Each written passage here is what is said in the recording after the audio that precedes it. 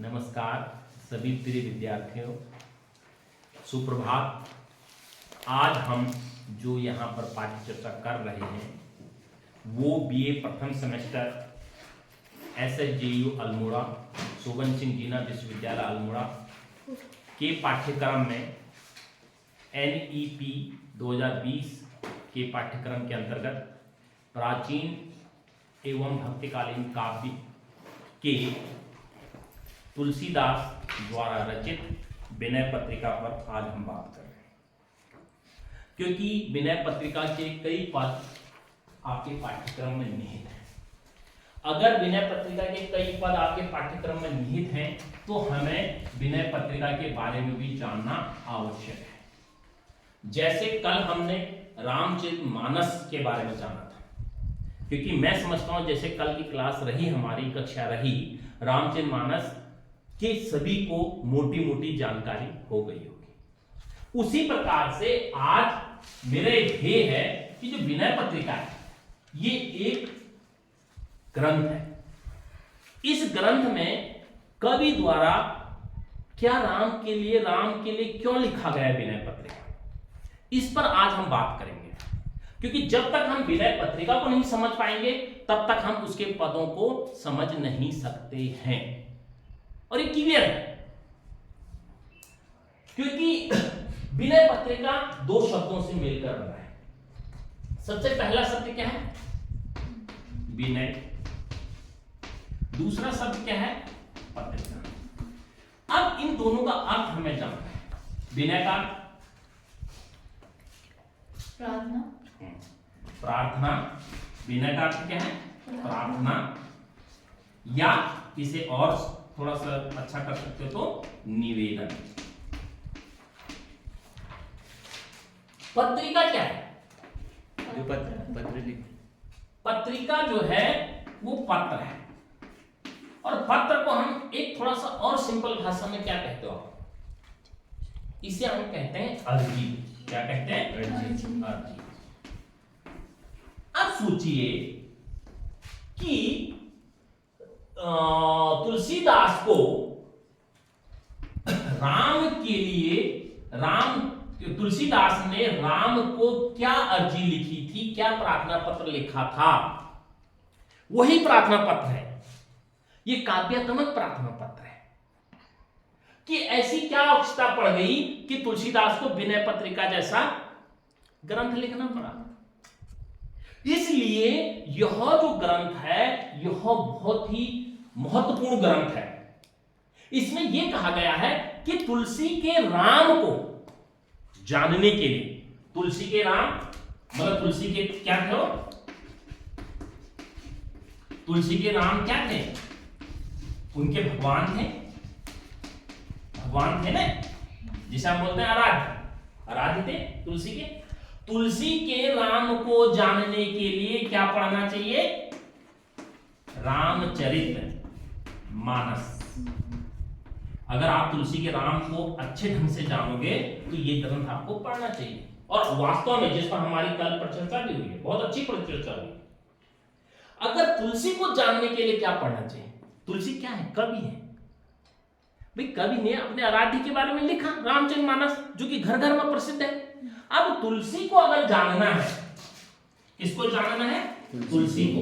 अगर तुलसी के व्यक्तित्व को जानना है तो किसको पढ़ना चाहिए? गुड। कौन सा ग्रंथ पढ़ना चाहिए? विनय पत्रिका। क्योंकि तुलसी ने उसमें अपनी कमियों को उजागर करा है। अपने जो कलयुगी जो कलयुग से जो दुखित होकर अपने बारे में तुलसी ने राम के सम्मुख या राम दरबार में एक 279 पदों की श्रृंखला का एक अर्जी लिखी, और उस अर्जी में वो अपने ही बारे में बात करते हैं। आप पढ़ेंगे जैसे कि जैसे आपने भ्रमर गीत में पढ़ा ना कि उनके बीच में संवाद हो रहा है, गोपियां और उद्धव के बीच में। गोपियां अपने ही बारे में बात करती हैं, कोई अन्य के बारे में थोड़ी बात करते हो। उसी प्रकार से जो विनय पत्रिका है, विनय पत्रिका में क्या है कि राम को तुलसी ने जो अर्जी लिखी राम दरबार के लिए, उसमें अपने दुखों का, अपने संतापों का, अपने पापों का, इनका प्रायश्चित करते हुए वो ग्रंथ लिखा गया कि हे राम, इस कलयुग में अगर मेरे से कुछ पाप हुए या कुछ संताप हुआ या कोई दुख हुआ, वो मुझे माफ कर दीजिए और मुझे अपने चरणों में ले लीजिए, क्योंकि मैं मनुष्य हूं। अब इस जो विनय पत्रिका था, विनय पत्रिका में कितने पद लिखे गए? 279, 279। ये प्रश्न है कि विनय पत्रिका में कितने पद लिखे गए? 279 पद। अब ये पद क्या है? ये पद गेय है। क्या है? गेयता पूर्वक गाए जाते हैं। और इन पदों की जो भाषा है, वो भाषा क्या है? ब्रज भाषा। गुड।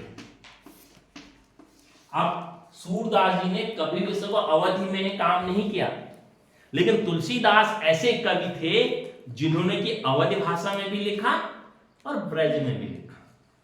अभी हमने रामचरितमानस पढ़ा, उसकी भाषा क्या थी? अवधि।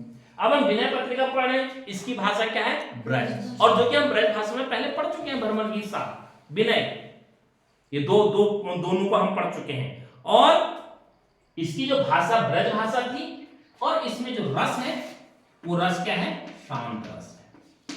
ठीक है, रस शांत है पूरा, और भाषा इसकी ब्रज भाषा है। और इसमें जो भी पद लिखे गए वो कहीं ना कहीं तुलसी ने अपने को संतुष्ट करने के लिए लिखे गए, या राम को, सीता के माध्यम से राम तक उन्होंने अपनी अर्जी पहुंचाई। अब इनमें जो प्रारंभ के जो 63 पद हैं, जो प्रारंभ के जो 63 पद हैं, उन पदों में विभिन्न भगवानों की, जितने भी आराध्य थे, उनकी स्तुति की गई है। स्तुति का अर्थ था मंगलाचरण, जैसे गणेश, पार्वती, शिव, हनुमान और विष्णु, इस प्रकार से अनेक जो देवी देवताएं हैं, उन 63 पदों में क्या है? उसकी संस्तुति की गई है। तो इसलिए यह जो ग्रंथ है वो अद्वितीय है और अनुपम है, जिसकी भाषा क्या है? ब्रज भाषा है। क्लियर? अभी तक आप इसको पूरा समझ गए कि विनय पत्रिका क्या है। विनय पत्रिका तुलसी द्वारा कृत एक ऐसा ग्रंथ है जिसमें कि उन्होंने अपने बारे में लिखने की चेष्टा की गई है, अपने दुखों की, अपने संतापों की, अपने पापों के बारे में लिखा गया है। किसके लिए लिखा गया है? राम दरबार के लिए एक अर्जी लिखी है, एक प्रार्थना पत्र लिखा है। क्लियर? जिसमें 279 पद हैं, और इन पदों में 63 पद अन्य जितने भी देवी देवताएं हैं, भगवान है, उनकी स्तुति की गई है। और उसके बाद अपने बारे में तुलसी दास जी ने लिखा है, और अधिकतर आपके लिए वही बातें आती हैं। ठीक है, अब इसमें क्या है कि यह जो ग्रंथ है विनय पत्रिका, ये जो भक्ति भावना है तुलसी की जो राम के प्रति जो भक्ति भावना है, तुलसी की जो राम के प्रति जो भक्ति भावना है, उस भक्ति भावना की चरम सीमा इस ग्रंथ में देखी गई है। मतलब अगर तुलसी के बारे में या तुलसी की भक्ति के बारे में जानना है तो विनय पत्रिका को ही जानना पड़ेगा। बिल्कुल एकदम भक्ति भावना जो है तुलसी की, किसके प्रति? राम के प्रति। किसके प्रति? राम के प्रति जो भक्ति भावना है, उसकी चरम सीमा इस विनय पत्रिका में देखने को मिलती है। क्योंकि जितने भी बात होती है वो कहते हैं कि राम के बिना हर किसी का जीवन अधूरा है। अभी आप पढ़ेंगे इसमें, सुन मन मूढ़ सिकावन मेरो, या पढ़ेंगे कबहु मन विश्राम न मानियो, या ऐसी मन की मूढ़ता।